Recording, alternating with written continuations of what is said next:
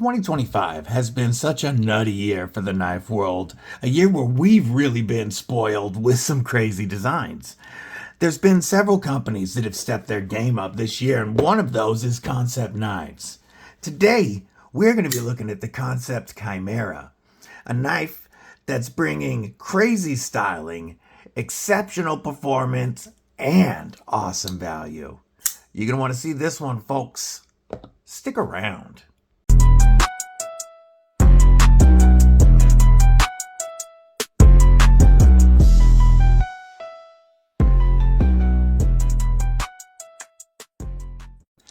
What it do, Kripple Krew? EDC with DVD, disabled but deadly.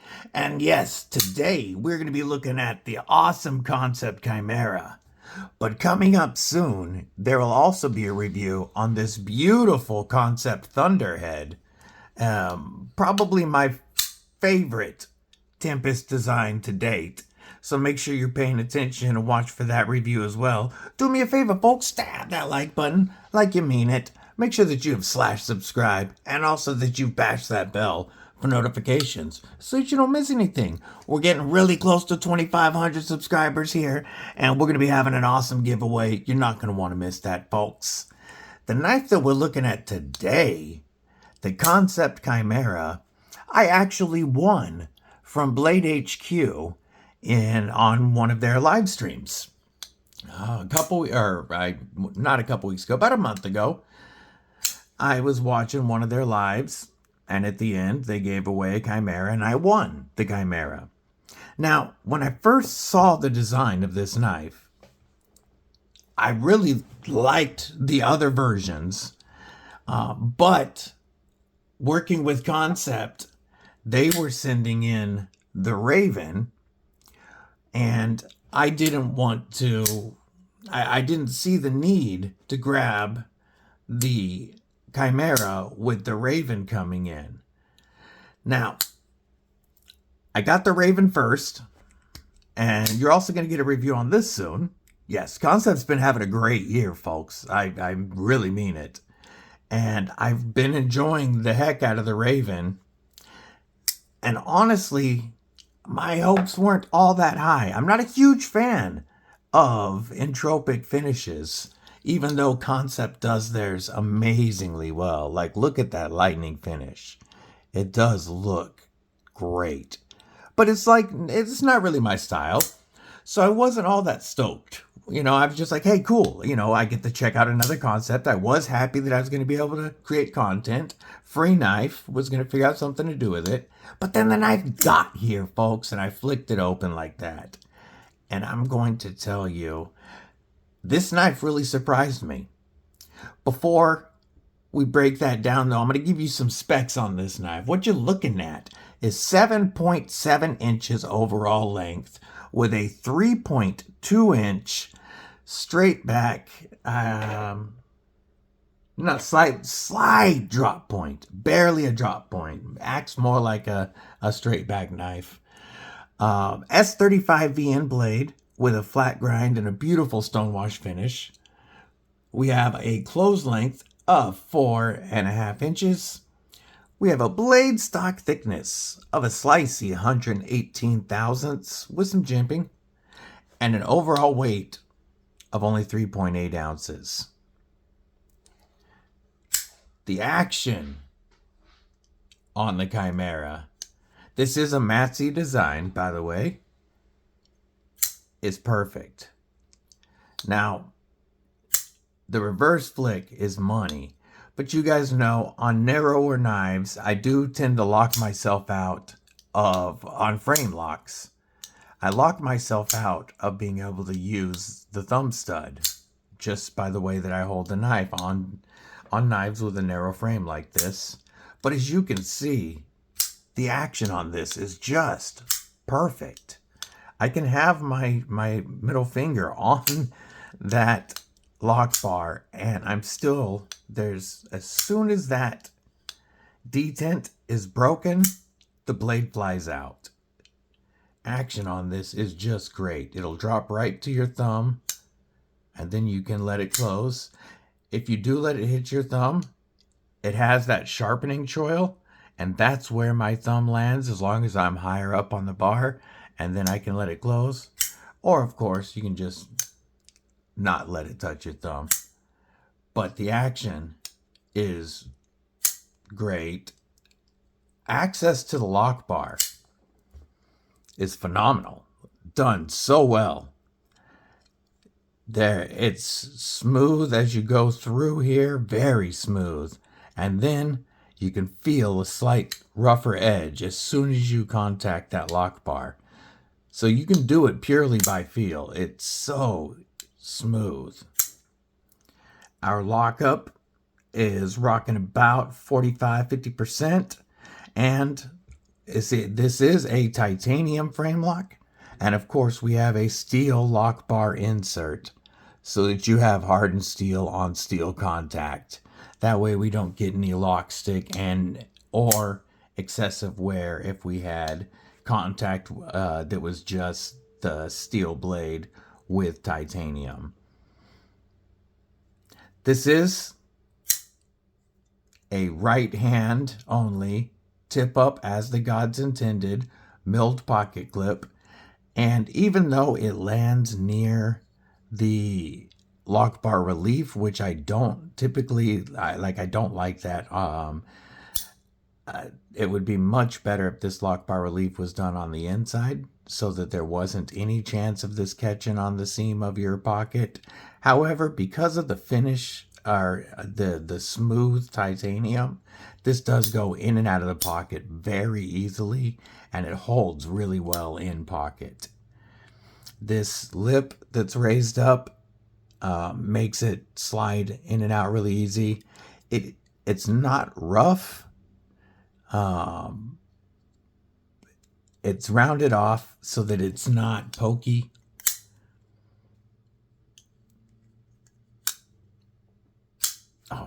As you can see on the show side, we only have 2 visible screws. We have a T8 body screw and our T8 pivot. On our lock side, we have our T8 body screw, T8 pivot, and 2 T6 pocket clip screws, and then the lock bar insert is also a T6. I would love to see Kansept go to all T8 hardware like Kubi and some others have done. T8s are just less likely to strip than T6s. However, the T6s are on the pocket clip and the lock bar, 2 things that you're not going to be messing with very much because this pocket clip doesn't reverse, and you don't need to, you do not need to remove the pocket clip to take the knife apart. It's just the pivot and the 2 body screws. So we've got this titanium spacer in the back to provide stability. And then because this is titanium, it is very strong throughout, even without any body screws supporting it up there. I really like the minimal hardware, and it's only with a full tie frame lock that they could really do that. Our titanium does have milling on both sides on the inside. Both sides of the knife are milled out for weight reduction. So you've got a very strong, well-balanced, right in that finger choil or first finger groove behind the pivot, very well-balanced knife. So with my extra large glove size hands, as you can see, I get a full 4-finger grip with room behind my pinky for a XX, possibly a XXX glove, especially with this generous finger choil.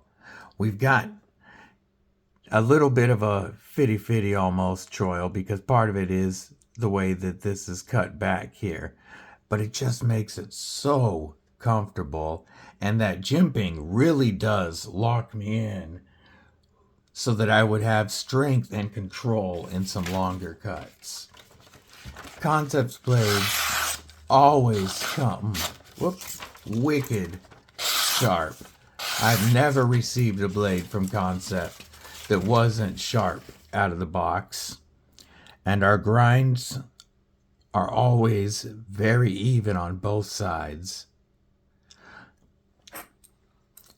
Speaking of, our plunge grind starts here, and it is a little bit of a taper, but because of this generous choil, you're going to have a lot of sharpening life before that starts to widen up on you. S35VN is a phenomenal steel for EDC. One of the original super steels created for knives, specifically for pocket knives. S35VN is going to give you exceptional edge retention. It's going to be very tough and corrosion resistant. Now, there has been quite a few super steels come out since S35VN. And I know that a lot of folks kind of look down on S30 or S35VN, even S45VN now as an older or out-of-date super steel. But just because we've got stuff with new flashy names doesn't mean these have gotten worse. S35VN is still one of my favorite steels. It's one of those steels, besides D2 and 14C, I probably have more S35VN than anything else. And the balance of toughness, corrosion resistance, and decent edge retention really make it stand out for all kinds of uses and make it a steel that you can use, even down south. If you have corrosion issues with knives, S35VN is typically a really good steel to use. Now, as you can see, it is slightly longer than our Raven. A couple more size comparisons. How about, let's start off with the Spyderco Paramilitary 2 and the Spyderco Para 3. As you can see, it's closer to the PM2 in length than it is the Para 3. How about a Demco AD 20.5, in this case a 3V shark foot, and a Hogue Deca. So if you don't have a Hogue Deca, but if you have a Benchmade bug out, it's going to be very similar in size. So as you can see, the Chimera is longer than both of these. That should give you a decent idea. This is what I would consider a full-size EDC. Not a large, but a full-size EDC. And the neutral ergos definitely make it work in a bunch of different grips. In a beef jerky Avenger, I am capped off. And in a beef jerky Defender, I am capped off. And I can feel that pocket clip locked in. So even though it's smooth titanium, I do not feel like I would slide at all. And with a frame lock, as you grip it, you're strengthening the lockup, making it less likely less likely that the lock can fail on you. These chamfered edges right here make it very easy in a pinch grip to use that belly on a flat surface or to get that tip down. You do have a nice fine tip for some precision, some detailed precision cutting. It is a high tip, higher than I typically like for my EDC, but again, with that pinch, I can use it pretty well, and it allows me to have a lot of belly for different slicing tasks. A couple of things that I want to point out. I really like and appreciate the extra time that they put in to do internal stop pins that are running on a racetrack that is milled into your titanium scales. The internal stop pin, one, eliminates the issue of having a pin land behind your edge and affect your sharpening, but also because it has contact all the way around in there, it provides exceptional side-to-side stability. And this is rock solid. I'm not holding the lock bar. I'll hold it way back here. Rock solid, left, right, up and down. It takes more time and it costs a little bit more money to do an internal stop pin, but doing so definitely improves the stability of this knife. It also eliminates the need for extra screws, giving us that beautiful construction. It just looks clean. I appreciate that they did the entropic finish all the way, even on the pocket clip. It does definitely look great on there. However, if this ain't your jam, they have several flavors that look great. They have like a silver tie with a stonewash, or a gray tie, I should say, with a stonewash. They have a black on black. They have my favorite. They have one that's a bronze anno with a black wash blade that looks beautiful. And they're all very fairly priced. So for full titanium and S35EN, you're only paying $154 or $159 depending. The entropic finish, because the extra time that it takes, it is $5 more than the other finishes. So between $154 and $159, there's like 5 flavors, but you're getting an awesome build of titanium and super steel. And if you get these on White Mountain Knives, which will be linked below, you can use code DBD and save 10%. So you can get them for between $140 and $145. It's 2025.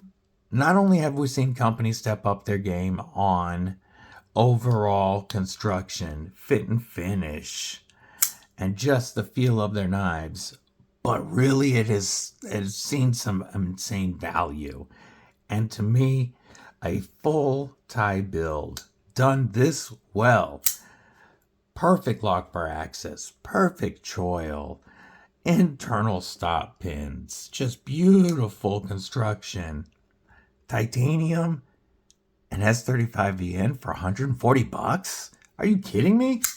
That is a great deal. And I am definitely more impressed with the Chimera than I thought I was going to be. I really enjoy this knife. I love the feel of it. I have traded this knife because I'm not an entropic guy, and I know I wouldn't carry this one. And this knife is too good not to be carried. So I have traded this knife, but don't be surprised if you see a bronze and black washed one in my collection in the future, because it's that good. I want to know your thoughts below, though.